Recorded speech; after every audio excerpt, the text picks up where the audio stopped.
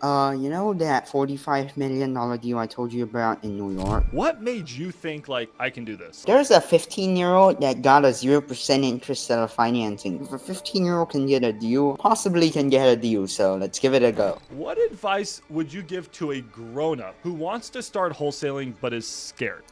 Pick up the phone and call.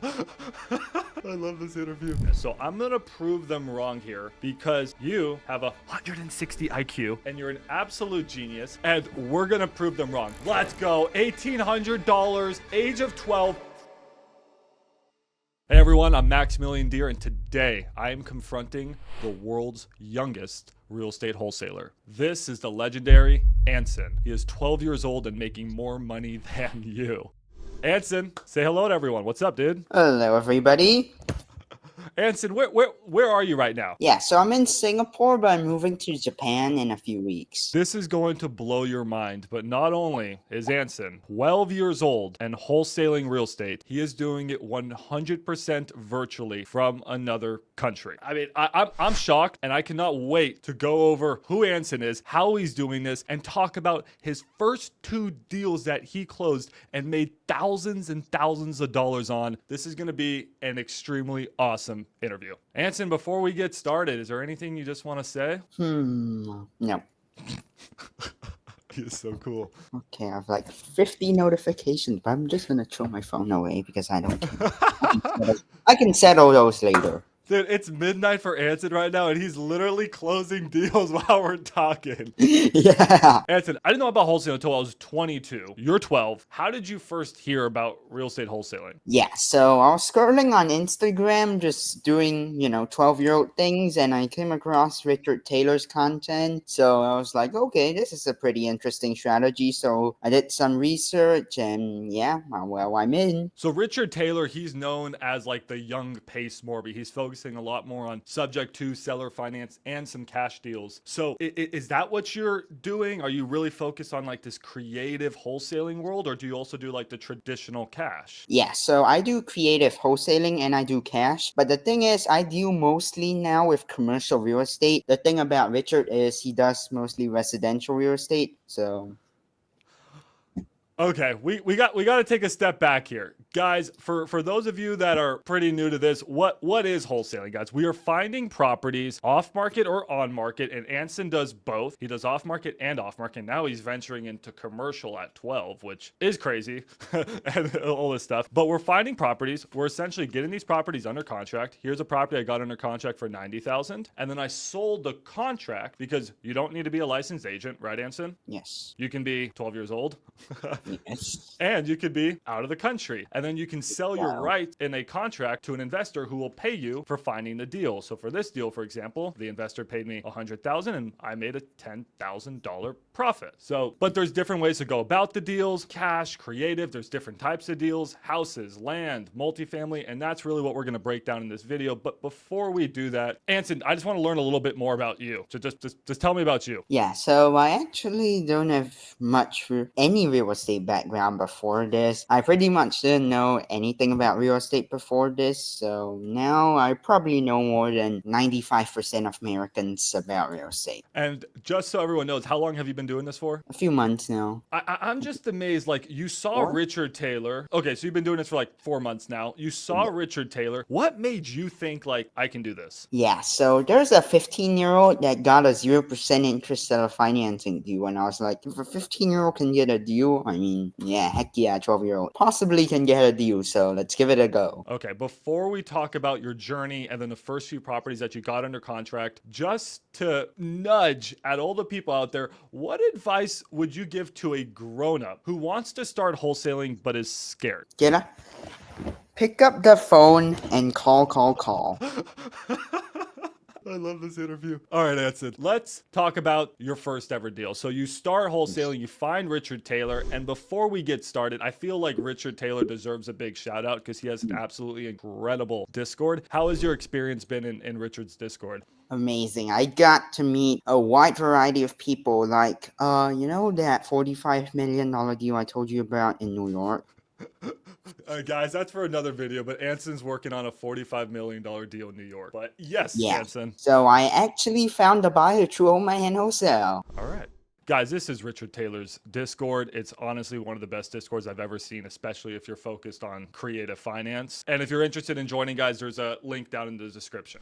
Okay, so you join Richard Taylor's Discord. He has a lot of resources for you, scripts and calculators and just how-to guides. So then what did you do to go and find your first deal? Like, walk me through what you were doing and how you were balancing your life between school and work. Okay. Funny thing is, as of now, I'm homeschooled. Okay. Which is basically unheard of in Asia. Yeah. So when I first started, I was just basically watching Richard's videos all day for the first 2 weeks, learning everything there is to know. And then when I first started, on my first call, I was insanely nervous. Like, if you ask my dad, he heard my first call, I basically didn't know what to say half the call. I was like, what? What's an OOC? What's that? So basically, yeah, I was pretty nervous. I assume when you first started, you were pretty nervous too. Dude, when I first started, I didn't even understand the concept of anything. Like literally anything. I didn't know what a down payment was. I didn't know what interest was. I didn't know what a loan was. I just didn't get anything. And I actually learned by doing. I somehow bought a house when I was 18 years old and I just lucked into the game. You think that's crazy. You're going to buy a house when you're 13. So don't even start with me. Oh, no, I'm going to buy a house when I'm 12. Oh, okay. But but I just learned by just immersing myself in doing. So it seems like that's the same thing for you, right? Yeah, 12-year-old slumlord would be funny. Yeah, young Tom Cruise.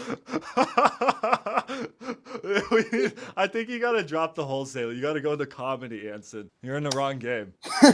Yes, I think I am in the wrong industry. I love this so much. Stop. Hey, real quick. 80% of you who are watching this video right now, so you and you are not subscribed to this channel. So just go down there, scroll down and click that subscribe button and you're going to get unlimited free real estate wholesaling content. All the content I make is absolutely free. And I also have a 100% free Discord community as well. The Wholesalers. I'll even comp all of your deals for free. Thanks so much for watching and supporting these videos, and let's get back to the interview with Anson. Okay, so you're studying every day. You're studying Richard Taylor. You're studying, and then you finally get on the phone. You got your dad by your side. He's helping you out with like the definitions and the terminologies that you're not familiar with. Well, he has no clue either. Okay, so he's at least giving you moral support. And then what are you doing? Are you just going on Zillow and calling properties, or how are you finding these deals? Okay, not really moral support. He was basically laughing at me half the call. And so I just went on Zillow, just went and searched up random cities: Cleveland, St. Louis, Dallas, Memphis. Yeah, basically all of those cities. And then what? I mean, did you just did you pitch them cash? Did you pitch them creative? How did you call the agent? Say, hey, I'm Anson, I'm 12 years old and I want to wholesale your property? Like, what did you say? Okay, so when I first started, I cut out the I'm 12 years old part and I cut out I'm on the other side of the world part because I thought that those would be things that would make the agents not like my offer, you know? Okay, reasonable. Yeah, so when I first started, I cut those out. The thing is, now I just text people using my Singapore number. There's no point in using an American number anymore. I just text people using my direct line. Like when I first started, I had to use an American number because, well, you know, Americans. But now I just, you know. Okay, let's, you know what, Anson, I'm going to put you to the test. There's going to be people out here who are not going to believe you're actually doing this. So I'm going to prove them wrong here because you have a 160 IQ and you're an absolute genius and we're going to prove them wrong. So in a second, we're going to do, you know, some role play. I'm going to act as the agent. You're going to act as the person calling. But I want to understand how you found these two deals. So let me pull up the two deals that you did before we get into putting you to the test. Let's walk through these two deals and then just explain to me how you found them. So if I'm understanding correctly, you essentially got your first two deals within like the same day, right? Roughly. So the first property was this property in Ohio that you got under contract for $55,000. Yes. And then this property, what was it? It was just sitting on Zillow? Yeah, it's just sitting on Zillow. How I found it is basically I just found it as a cheap house on Zillow. I just called the realtor. I asked for the seller's disclosure. And after that, I waited like 1 day before I sent the offer to look like I asked my contract. And then how did you come up with the offer price of 55,000? Oh, I originally went to 45, but it was way too low. The seller's bottom line was 55, so I went up. Did you say the after repair value of this property is 300,000? It needs $60,000 in repairs. Like, did you think like that, or you're like, I'm just gonna send out an offer and see what happens? Okay, so when I first started, I was actually using the after repair value thing. So I use 60% of after repair value minus renovation costs. The thing is, now I can just look at the list price and give you an offer right away. I don't have to look at the after repair value anymore. I tell people that after you've been wholesaling for many years, you just get a gut feeling and you just know what to offer Yeah, on precisely. properties. Bingo. But it's not many years for you. It's more like many days. Bingo. So when I look at a property, I can give you numbers right away. Pull up one. Okay, but let's stop there. Are you saying that you can do that all across the US, or are you like the master at Ohio, for example? Oh, I do it all across. I'm doing New York, I'm doing Ohio, I'm doing Indiana, I'm doing Michigan, I'm doing Texas. I'm all over the place. Okay, so do you just want me? Okay, you know what, guys? Let me just finish quickly talking about this deal. Then, before we talk about the second deal, I want to see how Anson finds a deal. So he's going to give us a quick lesson. But this deal, Anson, you call the agent, because I know this seems simple to you, but this is basically blowing everyone's mind. You call the agent, you just say, can we do 45? The agent says, no, that's way too low. You guys agree on 55. And then what do you do? Like, how do you fill out a contract at 12? Like, what did you do then? Okay, so the funny thing is, I've never actually called this realtor before. Okay. Yeah, so the thing about the MLS in Ohio is that if you look at a Zillow listing, they put your emails in there. In some US cities, they don't, but in Cleveland specifically, they do. So I just emailed the realtor. You emailed him. Then you just emailed I him emailed. I didn't make a single call. I was like, hey, can I have the seller's disclosure? I'm interested. Can you help me check that my ARV is this amount? They're like, okay, yeah, it's around. And I waited and I was like, okay, thank you so much for the disclosure. I'll speak to my contractor, get a verbal quote, and yeah, 1 day later, I send them the offer. Okay. How did you write a contract? Oh, it's a cash deal, so I got the realtor to send over her state-approved contract, so she wrote it up. So smart. This is so smart. Okay, so then you send an offer for 55,000. My phone's hold on. My phone's going crazy. Same. Wait, you had an iPhone? I have two phones. I see. I'm next level. You're not at my level yet, Anson. You'll get there soon. You got to close more deals. Come talk to me. Come talk to me soon when you've closed after you've closed a few hundred deals and you're 13. Come talk to me. But so you get it under contract, and then you did what we call acquisitions. You acquired the property and got Yes. under contract. Now there's a separate side of wholesaling that's dispositions, where you connect that contract with an actual investor. Did you do that part too, or did you JV? Did you have someone who helped you? Yeah, so I did both the dispositions and the acquisitions, and I outsourced the dispositions too. So Richard did the dispositions for me, and he connected me to a friend of his, Harry Gold. So yeah, we got that assigned. And the good thing about state-approved contracts in Ohio is that there's no wording against any assignment. So technically, all contracts in Ohio are assignable. Okay, so Richard Taylor JV'd with you, connected you to this individual named Harry Gold. Harry Gold was the end buyer. How much did Harry Gold pay for the property? 3,000. Oh, 58,000. He paid 58,000. So then you and Richard made $3,000 between yourselves. Bingo. And then how much did you get wired to you or your family's bank account? 1,800. I have for screenshot, right? And before we were talking, you're like, yeah, wait, I only made $1,800. It was a small first deal. Anson, you're in middle school. You made $1,800.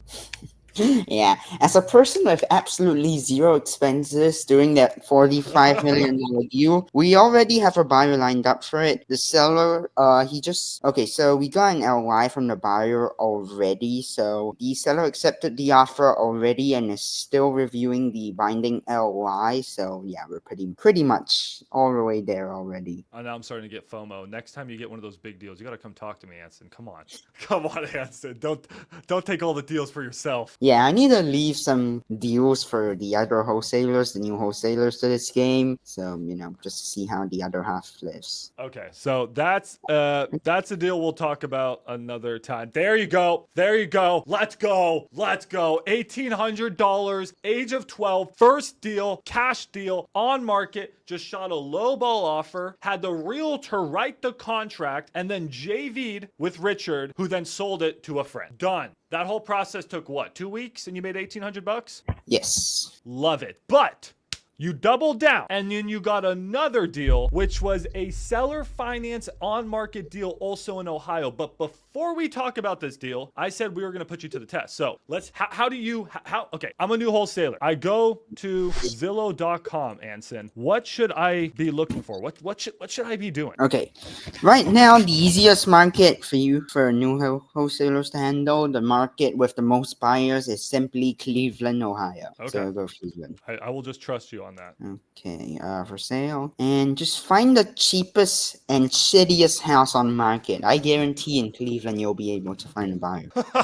Is that it? And then do you call them and you pitch a cash offer? And if they say no to your cash offer, then you're like, well, maybe we can do something creative. Like, what's your strategy? No, the creative, I save it mostly for turnkey properties. I mean, that makes perfect sense. Okay, so you're saying the easiest way, I'm a new wholesaler, the easiest way to get my first deal, maybe don't focus on the creative stuff, save that for later. That's a good tool to have in your tool belt. Just find the ugliest house in a good investment area and then call the agent and just give them an offer below list price. But like, how much below list price? Wait, what do you Okay, think? Let's find yeah, one. just go 70 to 75% of list price. It's honestly, I can't deny that that's actually a pretty good strategy. Yeah, that way, if not, you're wasting time comping properties that aren't even gonna accept your offer.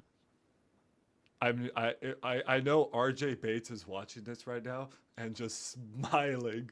He's like, I hate wasting time copying properties. Okay. Yeah, I've seen those videos before. He made one about me. Okay. So Anson, before we talk about your seller finance deal, let's find an ugly house. There's actually a lot of land. I love wholesaling land. Yeah, your home type is, I assume, manufactured homes and land.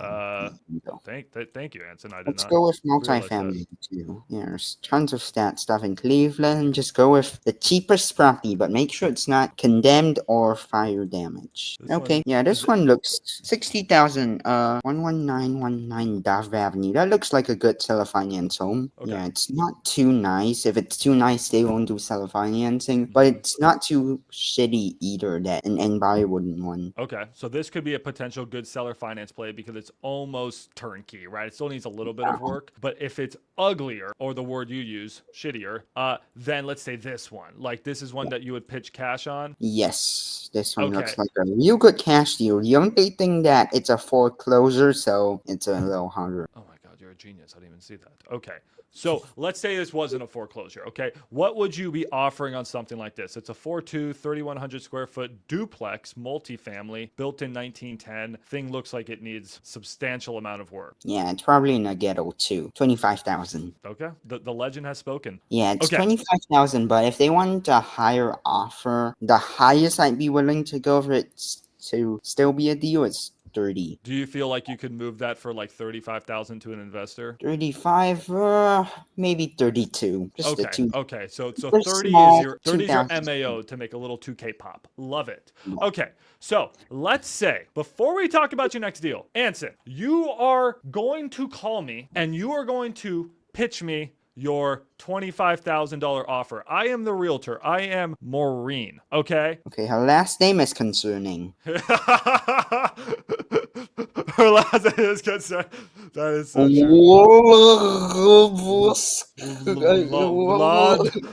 Lardos. Yeah, I can't say it, man. Okay, call me on this deal. How would you even go about it? All right, here we go. Ring me. All right, I'll answer.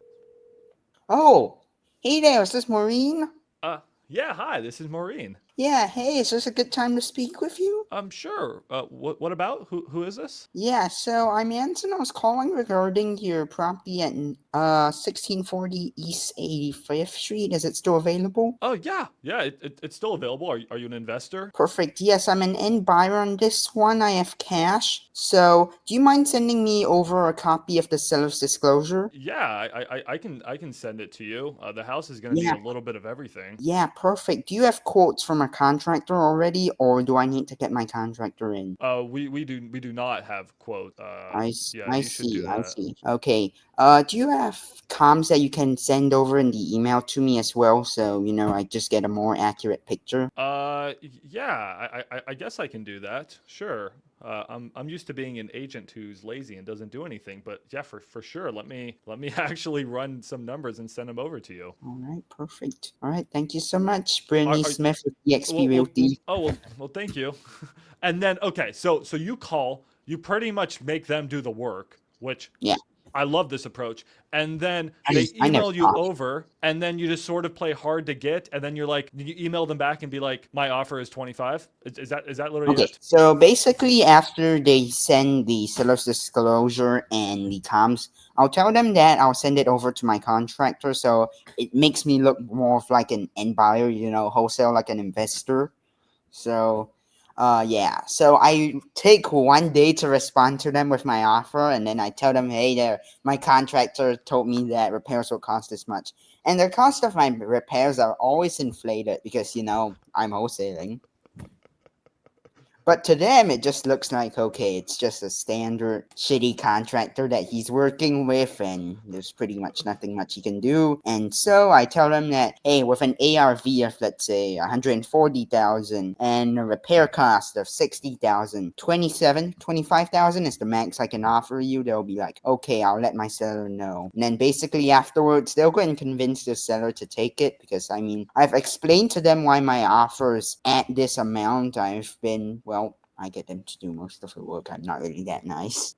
It's But they genius have because commission on me. what you're doing, Anson, is what I try to teach on this channel is you wholesale like an investor. So you're saying, hey, you embrace the investor mindset, the buyer mindset, like RJ always talks about. And then you say, hey, this is math. This is not magic. This is the ARV. This is the rehab, although you may be inflated a little bit, right? And then you say, I'm an investor. I need to make a very modest profit, right? I'm not going to do this for free, right? This isn't socialism. I'm not going to do this for free. And based off of that, the most I can pay is 25. If you disagree with me, well, then you need to disagree with me on the math. So where do you disagree with me? The ARV, the rehab estimate, the modest profit I'm trying to make? Where do you disagree with me? And if they can't disagree with you anywhere, well, then they literally have to take your offer. And that's Bingo. what you're doing. You're wholesaling like an investor, and you're 12 years old. You're approaching this the right way. I love this, Yeah, Anson. yeah. I might actually pick up one of my deals right now. It's just an amazing Section 8 rental. It's so good at.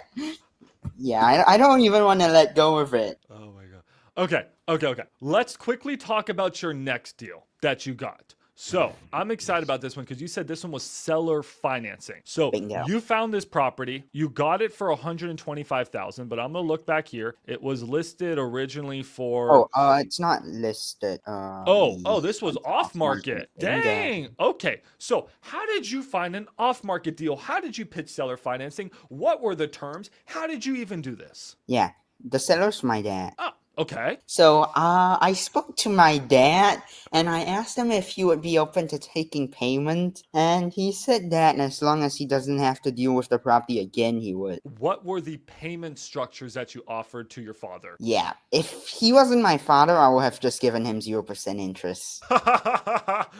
Okay, so what did you offer? Did you say, hey, Okay, 10% down, dad, 5% interest, 30-year loan? Like, what did you do? yeah, $125,000 purchase price. He just bought it for 91,000 a few months ago. So, 125,000 purchase price, 10,000 down, 6% interest, around 700 a month, 7-year balloon. It seems like very, very reasonable terms for both, for especially for your dad. Like your dad got, fair terms. There was a buyer who was interested in buying that. Yes. Like, if you pick up a seller finance under $110,000 home in Cleveland, Ohio, it's gonna sell. Like, there's just way too many people buying up these Section 8 stuff in Cleveland. Like, I mean, if they see seller finance, it's like they see gold. This is crazy. Okay. So then your dad's, how much money is your dad receiving every single month for this property? Yeah, so he's getting around 750 a month. Okay, I got a good deal, right? So at the end of the day, what I love about wholesaling is making sure my buyers get a good deal because I want everyone to win. I want the seller to win. Looks like your dad won. He's happy.